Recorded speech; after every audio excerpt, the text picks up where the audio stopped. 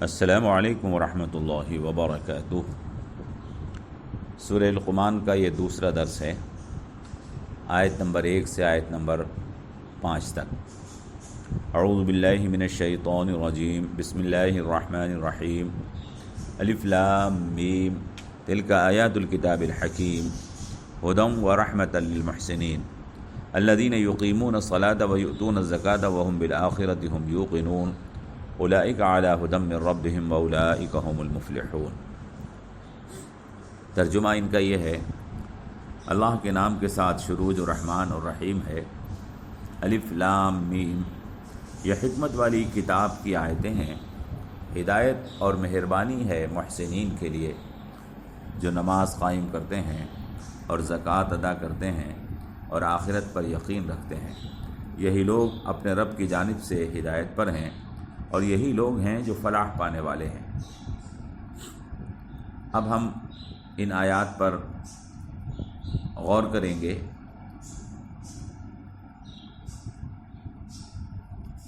اور آپ کو بتائیں گے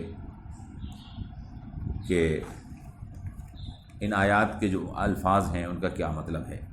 ہم اس سے پہلے گزشتہ درس میں بتا چکے ہیں کہ حکمت اس بات کو کہتے ہیں جس میں دانائی اور دانش مندی ہو، اور جو بات عقل کے مطابق ہو، وہ بات جس کی عقل اور دانش مخالفت نہ کر سکے، اسی بات کو حکمت کہتے ہیں۔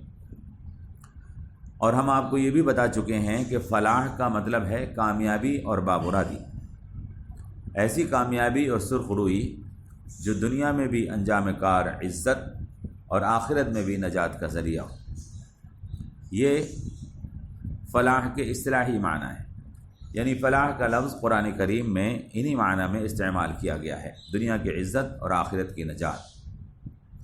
ان باتوں کو یاد رکھیے، اور اب آگے دو لفظوں کا مطلب اور سمجھیے جو ان آیات میں آئے ہیں۔ ایک لفظ آیا ہے ہدایت، یعنی راست روی اور درست راستے پر چلنا۔ انسان جب اپنی زندگی درست راستے پر گزارتا ہے تو اس کو ہدایت یافتہ کہتے ہیں۔ جب انسان کا اخلاق درست ہو،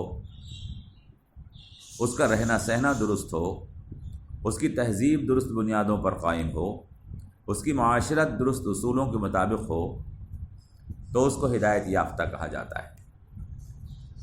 ہمارے لوگوں میں جب کوئی فاسق اور فاجر شخص پابندی سے نماز پڑھنے لگے، یا بے روزے دار آدمی روزہ رکھنے لگے، یا چور چوری چھوڑ کر دکان کھول لے، تو ہم کہتے ہیں کہ فلاں شخص ہدایت پا گیا ہے، حالانکہ وہ اپنی بیوی بچوں کے ساتھ غلط رویہ رکھتا ہو، کاروبار میں بے ایمانی کرتا ہو، اخلاقی اعتبار سے بدتمیز ہو، تہذیبی اعتبار سے بد تہذیب ہو۔ وہ نماز کی پابندی تو کرتا ہو مگر گالیاں بکتا ہو، وہ حج کر کے آ گیا ہو مگر تکبر کے اندر مبتلا رہتا ہو۔ ایسا دوغلا کردار رکھنے والا شخص ہم اس کو ہدایت یافتہ نہیں کہہ سکتے۔ ہدایت یافتہ شخص تو بس وہ ہوتا ہے جو زندگی کے تمام معاملات میں درست روی کے ساتھ چلتا ہے۔ اگر کسی شخص نے اپنے لیے ہدایت کا انتخاب کر لیا ہے اور اس نے گمراہی کو چھوڑ دیا ہے، تو زندگی کے سارے معاملات میں اپنے آپ کو وہ درست رکھنا چاہے گا۔ ایک دو اچھے کام کرنے والا اور باقی زندگی میں غلط کام کرنے والا جزوی طور پر ہدایت یافتہ تو ہو سکتا ہے، مکمل طور پر اس کو ہدایت یافتہ ہم نہیں کہہ سکتے۔ مکمل طور پر ہدایت یافتہ شخص وہی ہوتا ہے کہ جو اپنے تمام کاموں کو درست طریقے پر اور صحیح انداز سے انجام دیتا ہے۔ ان آیات میں ایک دوسرا لفظ احسان کا آیا ہے، فرمایا گیا ہے ھدی ورحمۃ للمحسنین۔ قرآن پاک ان لوگوں کے لیے ہدایت ہے اور رحمت ہے جو محسنین ہیں، ھدی ورحمۃ للمحسنین۔ آئیے ہم احسان کا مطلب بھی سمجھیں۔ احسان کا لفظ عربی کے لفظ حسن سے نکلا ہے۔ اردو میں سب جانتے ہیں کہ حسن خوبصورتی کو کہتے ہیں۔ جس چیز میں خوبی اور اچھائی پائی جائے گی وہ حسین یا خوبصورت کہلائی جاتی ہے۔ اللہ تعالیٰ نے قرآن کریم میں اعمال کے حسن کی بات کہی ہے کہ اللہ تعالیٰ اعمال کے حسن کو چیک کر فرماتا ہے۔ ارشاد ہے الذی خلق الموت والحیات لیبلوکم ایکم احسن عملا، یہ سورہ ملک کی آیت ہے۔ الذی خلق الموت والحیات لیبلوکم ایکم احسن عملا، یعنی وہ اللہ جو بادشاہت کا مالک ہے، وہ اللہ جو ہر چیز کے اوپر قدرت رکھنے والا ہے، اس نے موت اور زندگی کو اس لیے پیدا فرمایا ہے کہ وہ آزمائے کہ تم میں سے کس کا عمل خوبصورت اور حسین ہے۔ احسان کے یہ معنی آپ اپنے دماغ میں محفوظ رکھیں اور پھر محسنین کا مطلب سمجھنے کی کوشش کریں۔ محسن یا محسنین اس شخص کو یا افراد کی اس جماعت کو کہیں گے جن کے اعمال خوبصورت اور حسین ہوں۔ ہم زندگی میں کتنے کام کرتے ہیں، نماز پڑھتے ہیں، روزہ رکھتے ہیں، زکوٰۃ دیتے ہیں، حج کرتے ہیں، تو یہ تو سارے اعمال وہ ہیں جن کو ہم عبادت کہتے ہیں۔ دعا، امید، توکل، استعانت، قربانی، یہ بھی عبادت ہے جن کو حسین اور خوبصورت ہمیں بنانا ہوتا ہے۔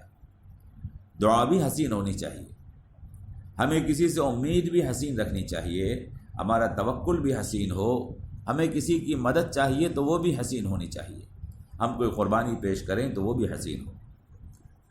عبادات کے علاوہ وہ اعمال جن کو ہم دنیا میں رہتے ہوئے کرتے رہتے ہیں، مثلا ہماری گھریلو زندگی ہے، ہمارا کاروبار ہے، حصول تعلیم ہے، سیاست ہے، حکومت ہے، دوستی اور دشمنی ہے، لوگوں کے ساتھ ہمارے تعلقات ہیں، گفتگو ہے، چلنا پھرنا ہے، کھانا پینا سونا ہے، بہت سے اعمال ہیں۔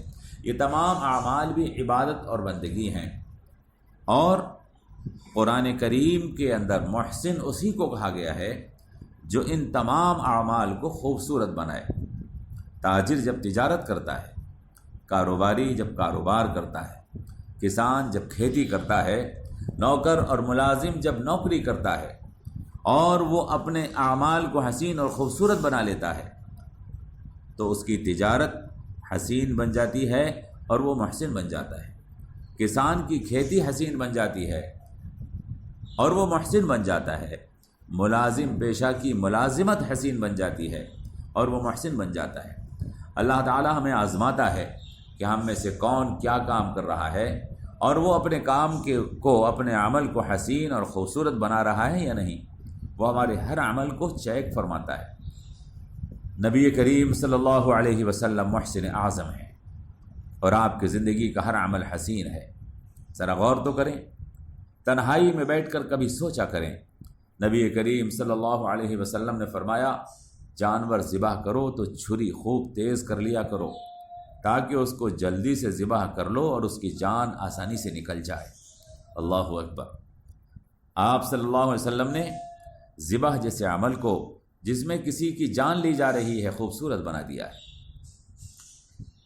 فرمایا اگر کسی کو مارنے کی ضرورت ہو تو چہرے پر مت مارنا، اگر کسی کو مارنے کی ضرورت ہو تو چہرے پر مت مارنا۔ واہ کیا عالی مقام ہے آپ کا۔ غصے میں کسی کو مارتے ہوئے بھی یہ احساس زندہ کر دیا، غصے میں کسی کو مارتے ہوئے بھی یہ احساس زندہ فرما دیا کہ یہ قبیح اور ناپسندیدہ عمل بھی خوبصورت ہونا چاہیے۔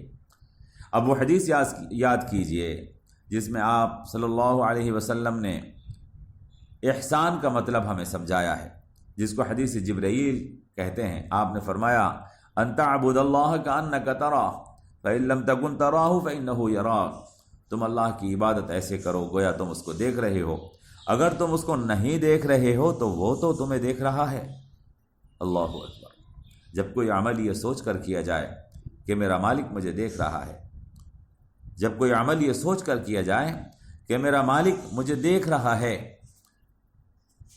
میرا مالک مجھے دیکھ رہا ہے، تو اس کی خوشنودی کی خاطر اس عمل کو بہتر سے بہتر اور اچھے سے اچھا کرنے کی کوشش کی جاتی ہے۔